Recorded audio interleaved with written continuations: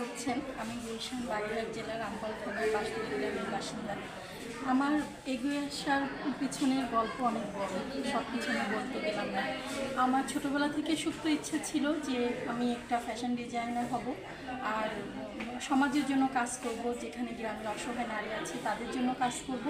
আর এই জন্যই আমি এখানে আজ এই পর্যন্ত আসতে পেরেছি। এখন আপনি কি পর্যায়ে আছেন? এখন আমি একটা মানসম্মত পর্যায়ে আছি, যার কারণে আমাকে এই অ্যাওয়ার্ড দেওয়া হয়েছে। অদম্য নারী পুরস্কার পাওয়ার জন্য আমি মনোনীত হয়েছি।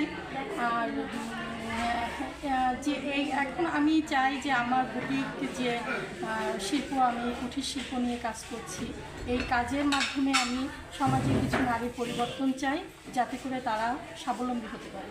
এখন কতজন নারী আপনার কোম্পানিতে কাজ করছে? আমার কোম্পানিতে এখন আমার প্রশিক্ষণপ্রাপ্ত, আমি নিজে প্রশিক্ষণ দিয়েছি, এমন নারী আছে আপনার 100 জন প্লাস।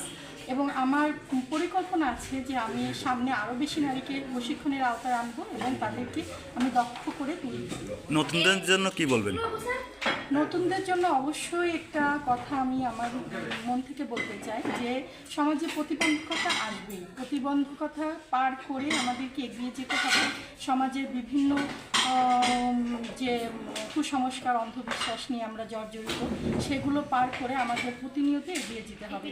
তাই যারা সাহস করে শুরু করতে চান অবশ্যই শুরু করে, তাহলে ইনশাল্লাহ আপনার পাশে অনেক মানুষ থাকবে।